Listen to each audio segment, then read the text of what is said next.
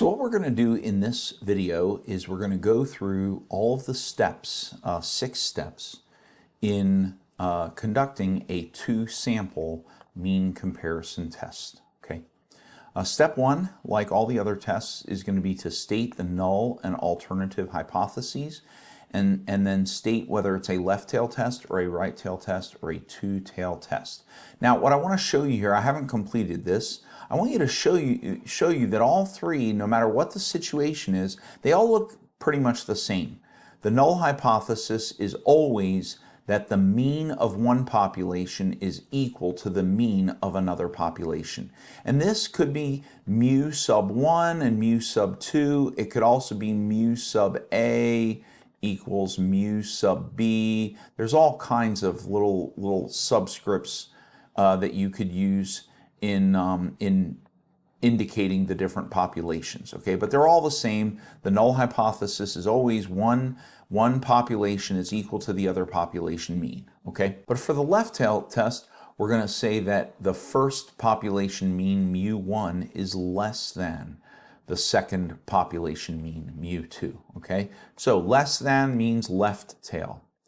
For a right tail test, we're going to say that mu sub 1 is greater than mu2. And for a 2-tail test, we're going to say that mu sub 1 is not equal to mu2, okay? And this is basically the same as we've done in the past, only in the one sample, everything here was the same, only instead of saying mu2, there was a number here, and there was a number here, and there was a number here, and a number here. So the only difference is that instead of only having one population mean, we actually have 2 population means, because it's a 2-sample. One sample is coming from one population, and the other sample is coming from the other population, okay? And so that is step 1. Now I want to point out that sometimes in some homework questions, depending on who writes them, this mu1 equals mu2 can actually be written in a different way. Sometimes what you'll see is you'll see mu1 minus mu2 equals 0. Now, in order for mu1 minus mu2 to be equal to 0, they both have to be equal to each other. So this is saying the exact same thing as this. It's no different, so don't get confused by that. Similarly, for the alternative hypothesis, you may see mu1 minus mu2 is less than 0. And that would happen if mu1 was less than mu2, okay? And in fact, you could see the same thing over here. If this is a greater than symbol, then it's the same as this. If this says not equal to, it's the same thing as this. So if you see these forms instead of these forms, really just be looking for the symbol, equal to, less than, greater than, or not equal to. Those will mean the exact same thing. Okay, step 2. The next thing you're going to do is you're going to identify the sample mean from sample 1. You're going to identify the sample standard deviation from sample 1, S1. Notice that we are not doing sigma. We are not doing the population standard deviation. We are doing the sample standard deviation. It's very important that you do that. The sample size from sample 1, then the sample mean, the standard deviation, and the sample size, all from sample number 2, okay? All 6 of these pieces of information are usually just given to you in the question. You also want to identify what's called the DF. DF stands for, and I said this previously, it stands for degrees of freedom, okay? Now, I don't want to get into what does degrees of freedom mean. If you want to do a study on what degrees of freedom means, by all means do that. I can tell you that the way you calculate degrees of freedom is you just do a sample size n minus 1. So you just do n minus 1. Well, which one? I have n1 and I have n2. Well, use the smaller of n1 and n2. So if n1 is 17 and n2 is 25, you're going to use n1, and then you'll do 17 minus 1, and that'll give you 16. That's how you calculate the degrees of freedom. And then also you're going to identify the alpha, which of course is always given to you in the question. After that, you're going to state the p-value rejection rule. And remember, the way we do that is we say reject h sub o if p is less than alpha. Okay. All right. We are going to spend several minutes right now on step 3. Okay. So in step 3, you're going to identify the critical value t star and write out the rejection rule. Okay. So here's the problem. The reason we're going to spend a lot of time on this is because it really depends on whether you're doing a left tail test or a right tail test or a two-tail test. Okay. So we're going to go through each one at a time. The first thing you need to know is that we're going to do this in NumWorks, okay? So we're going to go to NumWorks, and then we're going to go to Distributions, and then we're going to select Students T distribution, like I showed you in the previous video. Then we're going to input our degrees of freedom, which is from step 2. We already found our degrees of freedom. Whatever you got here for degrees of freedom, you're going to put into NumWorks, degrees of freedom. And then we're going to go on to whether it is a left or a right or a two-tail test. Okay? So now let's look first at the left tail test. Okay, let's look at the left tail test. Once you're in NumWorks, after you've put in the degrees of freedom, you're then going to select the left tail option. Once you've selected the left tail option, then you're going to enter whatever the alpha is in the far right box. That's the box where we put the p-value. It's where we get the p-value. Well, that's what alpha basically is. It's basically a p-value. Then in the middle box is the critical value. So that's where you're going to find the t-star. And in every case, it's going to be a negative number. Okay, so it's going to be a negative number, always. Then you're going to say reject h sub o if t is less than, and then you're going to put whatever the t star is number, you're going to put that right here. Okay, so let's do an example. What if alpha is equal to 0.03? Okay, so then we'll go to the NumWorks calculator, we'll go down to distributions, we'll hit OK, we'll go down to students T, we'll put in, well, we needed degrees of freedom. I didn't think about that. So suppose degrees of freedom, let's say degrees of freedom is 26, okay? So we're gonna put in 26 for degrees of freedom, hit execute, then next. Here's where we need to select the left tail option. Now it's already selected. See, the left tail is highlighted, so we're good. But just so you remember, this is the right tail option, this is the left tail option, and then this is what we use usually for a confidence interval. So we need the left tail option, this one, okay? Then we're going to come over to the far right box, we're going to put in the alpha, 0.03, hit execute, and as you can see, it is a negative number. Negative 1.966509. So our t star is going to be negative 1.966509. And so what we'll do is we will say reject h sub o if t is less than negative 1.96659. Okay? And that is for a left tail test. Now we're going to look at what we would do if it's a right tail test. All right, now let's look at the right tail test. You're going to select the right tail option. You're going to enter the alpha in the far right box, just like you did with the left tail test.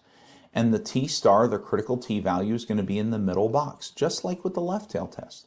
Only this time you're going to say reject h sub o if t is greater than whatever t star is. So let's do an example with degrees of freedom 13 and an alpha of 0.01. So we'll go over to we'll come back out, we'll come to students T, degrees of freedom is going to be 13, we'll hit execute, then next. We're going to come over here and change it to the right tail test, we'll hit OK, come down to the right tail test, then go over to the far right box and we're going to put in, what is our 0.01? Put in 0.01 as our alpha, hit execute, and here is our critical t value, 2.650309. So T star, our critical T value is 2.650309. And now we would say reject H sub O if T is greater than 2.650309. Okay, and that would be the end of step 3. Now we're going to see what happens if it's a two-tail test. All right, now if it's a two-tail test, once again, we're also going to select the right tail option. But this time, we're going to enter alpha divided by 2. So we're going to take our alpha and we're going to split it in half. Okay, so we're going to divide our alpha by 2, and that's what we're going to put in the far right box. And then T star is going to be in the middle box. Okay, it's going to be a positive number, but we can actually say plus or minus. Now, it doesn't matter if we do plus or minus because we're really, look here, we're really going to use the absolute value of the T star when we do our rejection rule. Okay, so let's do an example where we do degrees of freedom 11 and an alpha of 0.05. We're going to need to split our alpha in half, so 0.05 divided by 2 is equal to 0.025. So this 0.025 is actually what we're going to put in the far right box. So we're going to go in here. Now we got to go back out because we have to change the degrees of freedom to 11. Execute, then next.